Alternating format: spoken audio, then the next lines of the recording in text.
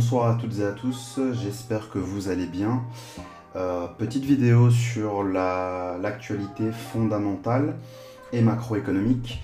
Demain, il y aura donc le FOMC, soyez prudents. Pour l'instant, les prévisions, le forecast est qu'il n'y aura pas de changement de taux. Donc on maintient les taux tels qu'ils sont à 5,5%, 5,50%. Et donc ça c'est actuellement, et il pense qu'on restera à 5,5%. Pour ce qui est donc des votes, donc il y a quand même 97% qui pensent qu'on maintiendra entre 525 et 550, donc potentiellement une baisse de 25 points de base. Ça choquerait pas le marché parce que c'est pricé à 97%, ou alors maintenir les taux à 550 points de base. Seulement 2,9% pensent qu'on va descendre à qu'on baisse de 50 points de base, entre 50 et 25 points de base. Donc ce qui choquerait, c'est qu'on les baisse de 50 points de base d'un coup. Ça voudrait dire que là, ça serait assez, ça va surprendre le marché de manière positive pour les valeurs à risque. Donc plutôt commencer à réfléchir en se disant, finalement, on arrive peut-être à une économie qui va redevenir à la normale. On ne va plus raisonner en taux d'intérêt, mais on va plutôt raisonner en qu'est-ce qui nous donne le meilleur rendement. On sait que ce qui nous donne le meilleur rendement, c'est que les taux d'intérêt ont poussé les marchés vers le bas. Donc les indices baissiers, les valeurs à risque comme les crypto-monnaies, les actions, les indices donc baissiers, les monnaies face au dollar ont également perdu de la valeur et le dollar a pris beaucoup de valeur.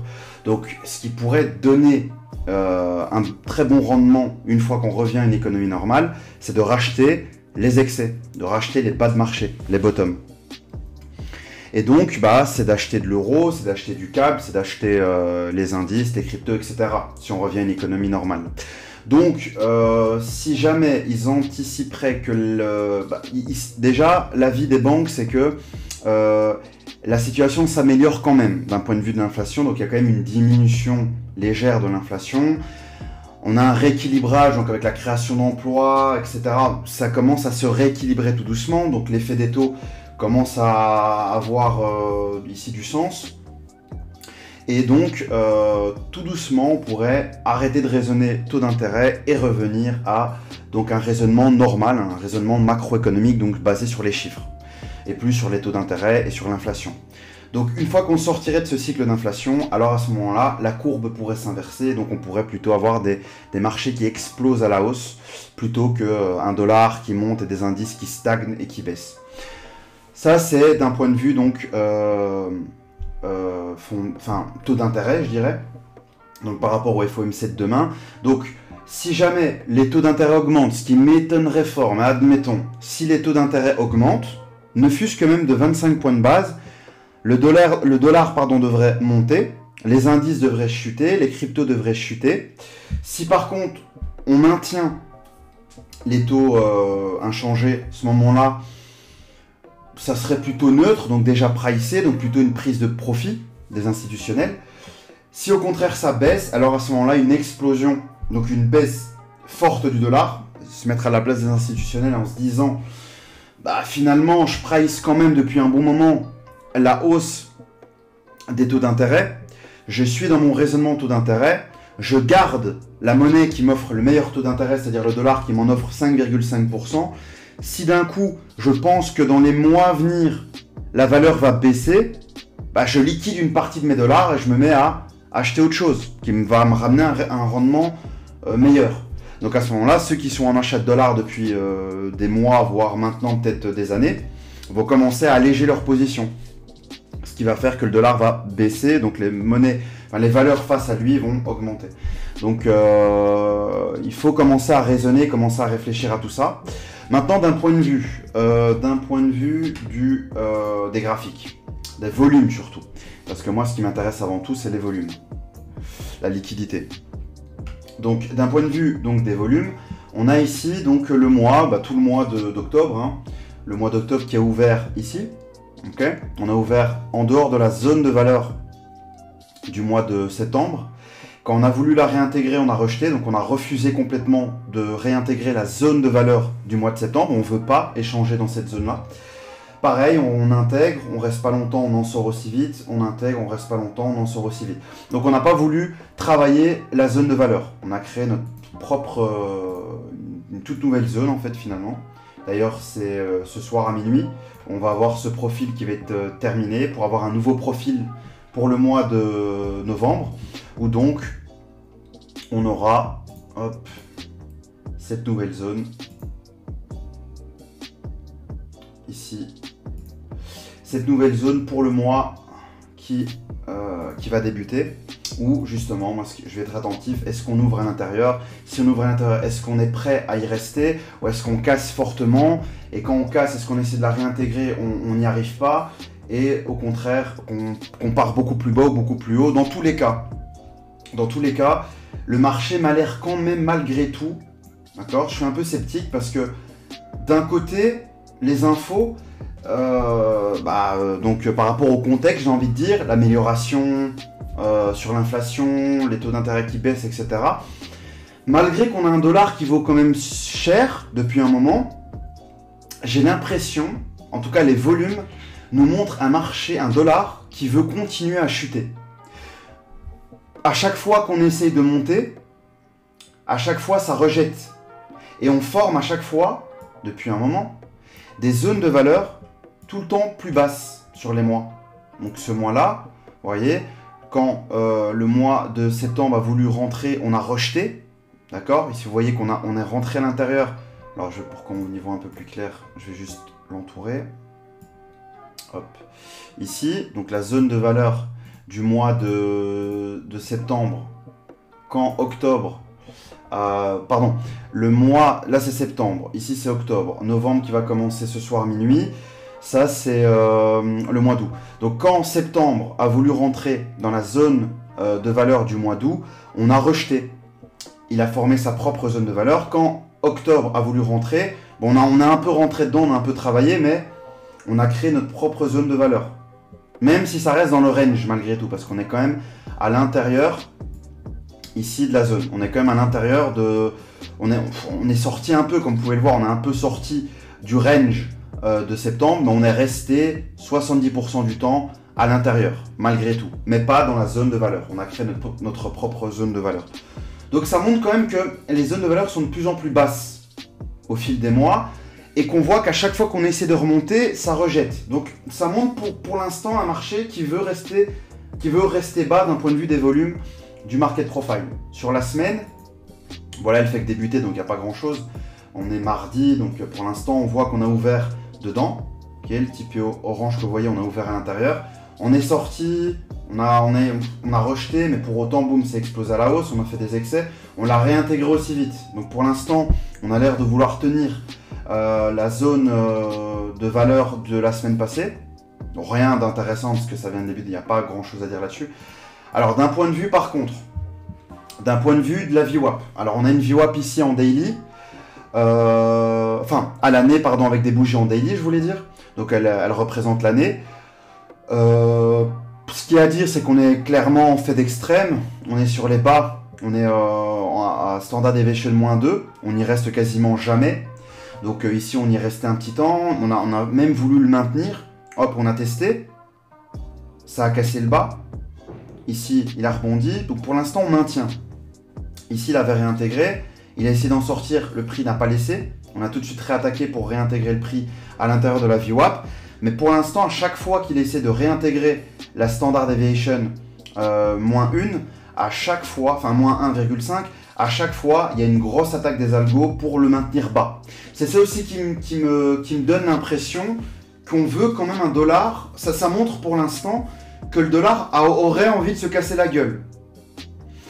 Donc, pour l'instant, c'est ce que ça montre, mais bon, on n'est pas encore... Là, on voit quand même que, malgré tout, les baisses sont avec des grandes mèches. Donc, on voit quand même qu'il y a une faiblesse au moment des ventes. Parce qu'on laisse des grosses mèches, alors que quand on casse les hauts, on le casse avec des grands corps. Donc pour l'instant, on voit quand même que le price action acheteur est plus violent que les ventes. Malgré tout, on a quand même du mal, on peine quand même à réintégrer, à revenir vers la VWAP, d'un point de vue annuel. D'un point de vue mensuel ici. Là, par contre, on a eu donc, aujourd'hui, on était en fait d'extrême. Qu'est-ce qui s'est passé? On a tout de suite réintégré la VWAP. Donc aujourd'hui, on était baissier. Là, maintenant, on est sur la VWAP. Ça a l'air de tenir. Donc si la VWAP elle tient et qu'on ne rompt pas la VWAP, on pourrait potentiellement poursuivre. Mais on a quand même une rotation assez flat sur la VWAP. Ok, elle n'est pas en tendance. Le prix est quand même plutôt plat. Donc en non-tendance. On a l'impression qu'on attend quelque chose, mais on ne sait pas trop quoi. Ok, peut-être que ça va être un événement qui va nous tomber sur la gueule dans pas longtemps. On ne sait pas trop. Pour l'instant, c'est plutôt neutre. Mais on sait que quand on sort en fait d'extrême, on réintègre aussitôt. Ok, donc là, c'est la VWAP à la semaine. Donc pour l'instant, le trade qui était le plus intéressant était qu'on était en fait d'extrême ici. Pour shorter et revenir au moins vers la VWAP. On a vu que quand on était sur la VWAP, on essaie de la recasser vers le haut, on n'a pas réussi, et que ça a voulu maintenir encore une fois côté vendeur. On sait que dans le cumulatif delta, on a ici le point 0, et on voit qu'en fait, malgré tout, ça monte, mais pour autant, il n'y a rien à faire, on n'arrive pas à cumuler du delta positif, et que c'est vraiment le delta négatif, le delta vendeur qui eux tiennent le marché. D'accord, on n'arrive vraiment pas à monter. Donc le marché monte, mais pour autant, le cumulatif delta, lui, se maintient en dessous de 0. Donc encore une fois, ça montre qu'il n'y a pas de dynamique acheteuse pour l'instant. Tac, tac, tac, je pense que après c'est tout, parce qu'après c'est d'un point de vue journalier, on s'en fout. Parce que là, je suis pas en train de faire une analyse à la journée, mais plutôt les prévisions, mon sentiment plutôt, pour l'instant en tout cas, tant qu'il n'y a pas de contraire. Pour l'instant, j'ai l'impression que le dollar a une envie de continuer à baisser. Enfin, le dollar a envie de monter, que l'euro USD, pardon, a envie de continuer à baisser. Donc, une progression du dollar. Pour l'instant, je pourrais changer d'avis si justement on arrive à déjà repasser au-dessus de 0 dans le cumulatif delta, qu'on arrive à faire du vrai volume au-dessus de la VWAP, et qu'on puisse enfin devenir... qu'on puisse créer une tendance, parce que là, on est plutôt plat, on est plutôt flat. Donc, pour l'instant... je suis plutôt mitigé quant à en fait, c'est-à-dire que pour l'instant, moi, ça me dit que ça veut monter quand je vois, la VWAP à l'année. Bah, je sais qu'on ne restera pas comme ça. Je vois mal le truc casser et continuer à rester en fait d'extrême. Je le vois vraiment au moins revenir tester la VWAP avant de continuer si on veut vraiment baisser, ce que je doute. Mais je le vois monter quand je regarde ma VWAP annuelle. Mais quand je vois mes volumes, je vois qu'on n'arrive pas à monter. Donc ce qu'il faut pour avoir une vraie tendance haussière qui tienne, c'est vraiment le prix qui monte au-dessus de 0, qu'on maintienne au-dessus de 0 bien sûr, parce que monter au-dessus de 0, mais pour autant se faire englober, comme ici on a passé au-dessus de 0, mais il s'est fait englober par des gros volumes vendeurs, bah, ça ne m'intéresse pas. En plus on reteste, ils se font directement attaquer sur le 0. Donc moi il me faut vraiment une vraie dynamique acheteuse. Pour l'instant je l'ai pas ma dynamique acheteuse. Donc bon, je me dis que demain on pourrait avoir une surprise, mais si on a une surprise, bah ça voudrait dire que là on va se casser la gueule. Si c'est une surprise du côté de la hausse des taux d'intérêt, ce que je doute, je vois vraiment, mais alors vraiment pas, enfin j'ai du mal à y croire en fait, qu'on monte les taux d'intérêt à 5,75 ou pire encore, en monter 50 points de base d'un coup, ça m'étonnerait encore plus fort. Monter à 6%, c'est quasiment impossible. Si c'est le cas, alors tout va se péter la gueule, mais ça m'étonnerait. Ou au contraire, alléger légèrement en diminuant au moins de 25 points de base. Et là, on aurait plutôt le scénario haussier. Où là, bah, le fait que la VWAP tienne, alors à ce moment-là, on aurait directement, on repasserait facilement au-dessus de 0. Et on pourrait donc facilement retourner chercher la VWAP annuelle.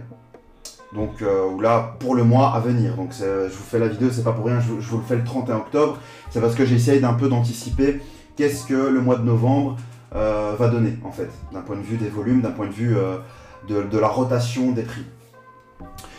Voilà pour ce qui est de cette vidéo. Donc c'est une vidéo, je sais pas si elle est longue, mais j'ai voulu faire rapide en tout cas. Et donc dites-moi ce que vous en pensez. Comment vous voyez, vous, l'euro USD dans les jours à venir. Moi, pour l'instant, je suis sceptique. Je suis un peu en stand-by. J'attends un peu. J'ai envie de dire que pour moi, ça devrait monter.